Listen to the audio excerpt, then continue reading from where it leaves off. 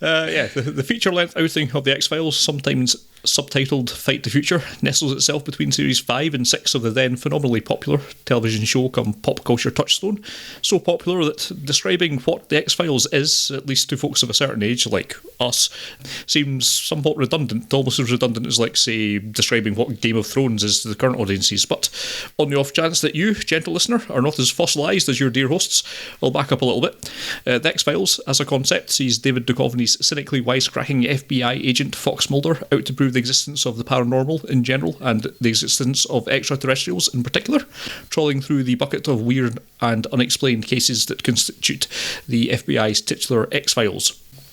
Initially sent by higher-ups in the hopes of debunking his work, Gillian Anderson's sceptical medical doctor turned FBI agent Dana Scully proves to be a staunch ally as they looked at not only a whole bunch of standalone Monster of the Week type episodes, but the mysterious conspiracy between the shadowy agencies running the world governments and the alien menace that is the centrepiece of this movie. This syndicate of collaborators have been helping the aliens with their plans to take over the world via a virus, in an effort to buy time while secretly attempting to develop a vaccine of their own. However, the shape of their alliance shifts after a kid in Texas falls into a cave and is infected with a prehistoric form of this virus that's not simply killing humans, but using them to gestate an alien inside them. So not an invasion then, but a spontaneous repopulation. The cover-up for this, seemingly coincidentally, sees Mulder and Scully as part of a team investigating a bomb threat and unexpectedly finding the bomb, albeit in a building neighbouring the one that was actually under threat. With the FBI unable to defuse the bomb during the subsequent operational post-mortem, their spider sense into procedural irregularities sees them tugging on some threads that lead back to the aforementioned outbreak and could give them the evidence that they need to finally prove this whole alien shebang. But, of course, the dastardly syndicate aren't about to let that happen, those dastards.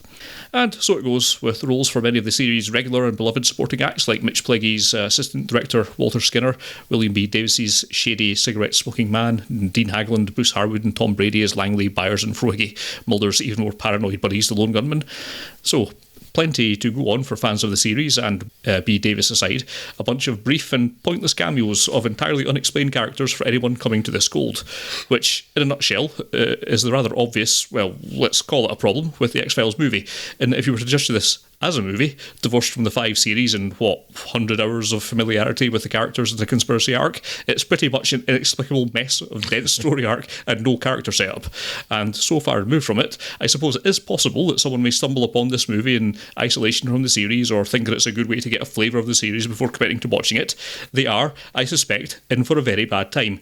I suspect even I might have had a bad time if I hadn't watched the smattering of episodes a few years back to kind of refamiliarise myself with everything.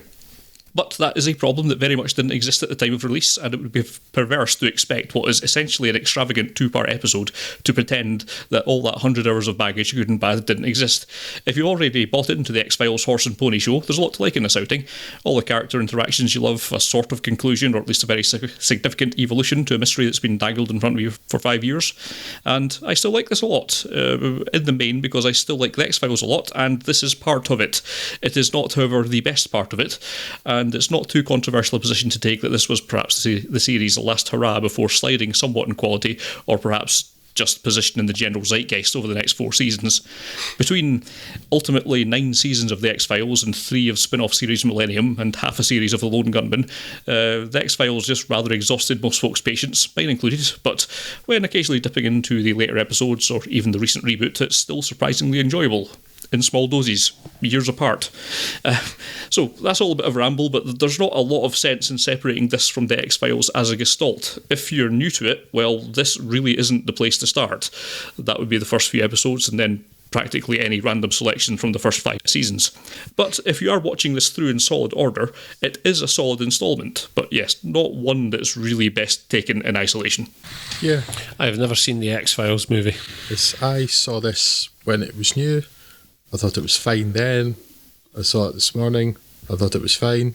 It was fine. I mean, I remember enough of the general beats of the X-Files and still enough of the characters to be able to grok it quickly enough. And like, the thing is, and obviously it's a bit glossier, but it still kind of looks and feels like an extended episode. Yeah, very much is, isn't it? Feels like an extended episode. Why is it not just an extended episode? Why is there a film at all?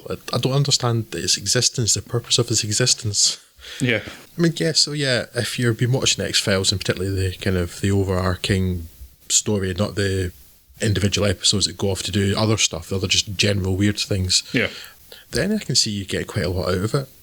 But yeah, it's not special.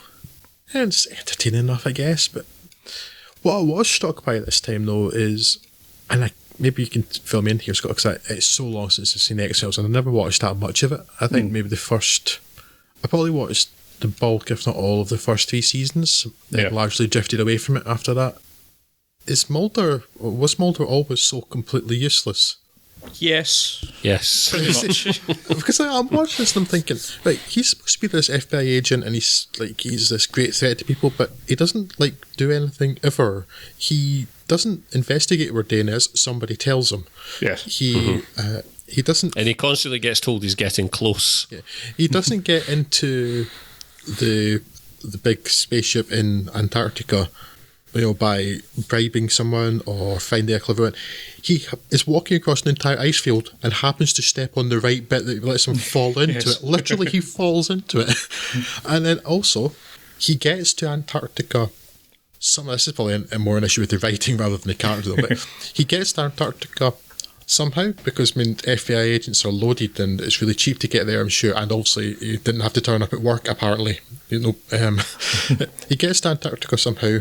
He gets out of Antarctica somehow, but also he's a moron because he didn't have enough fuel to get there and back.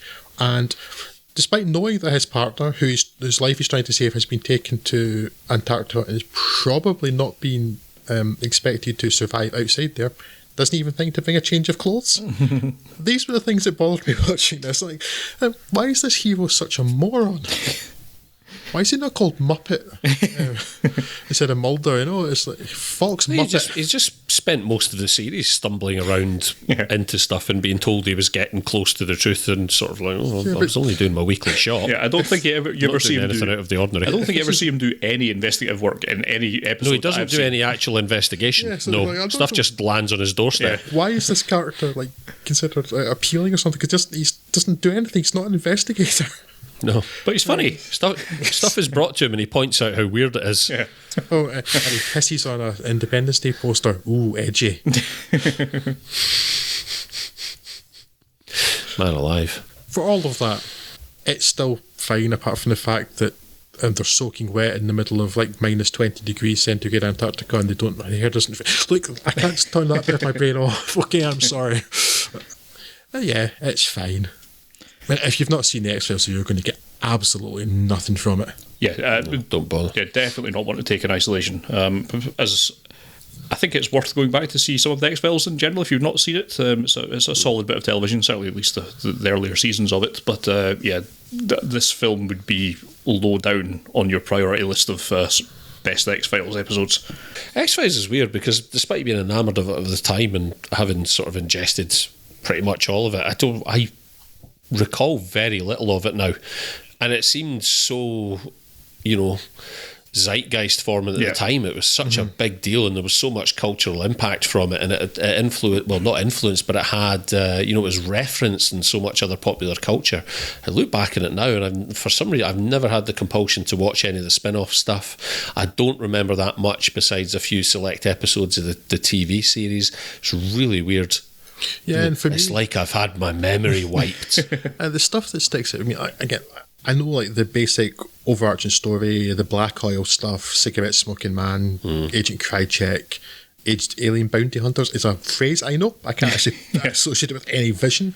The stuff I remember more from the X-Files is things like Eugene Toombs and Toombs. the more just kind of Ripley's Believe It or Not turned up to 100, When it was less about the overarching, narrative. Yeah, which is the larger weird plot.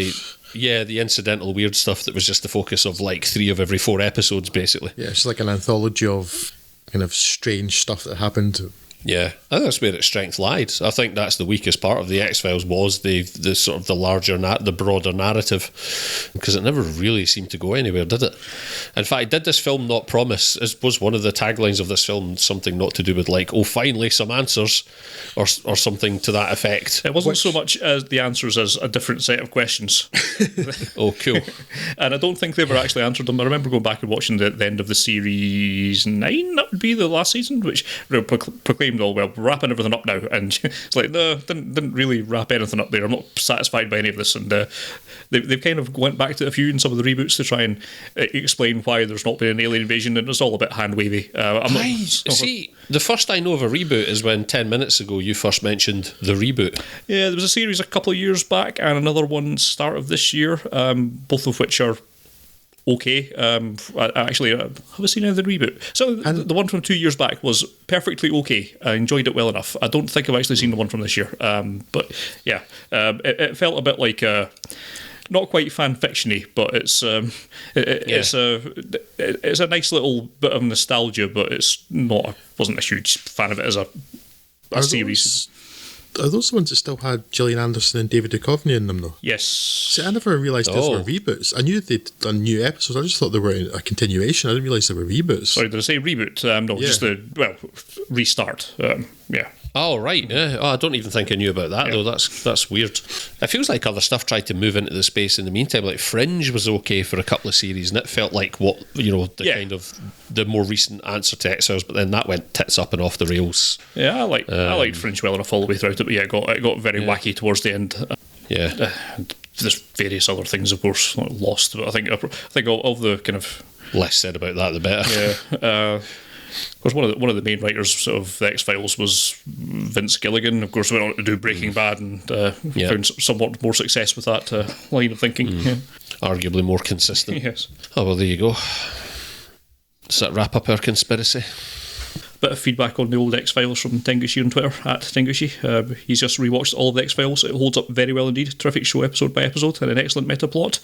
It ends the Syndicate part of... Well, this film ends the Syndicate part of the plot. The plot then deepens and expands into a further layer of conspiracy, all of which is married and explained in the Series 9 episode of The Truth. Watch the episode.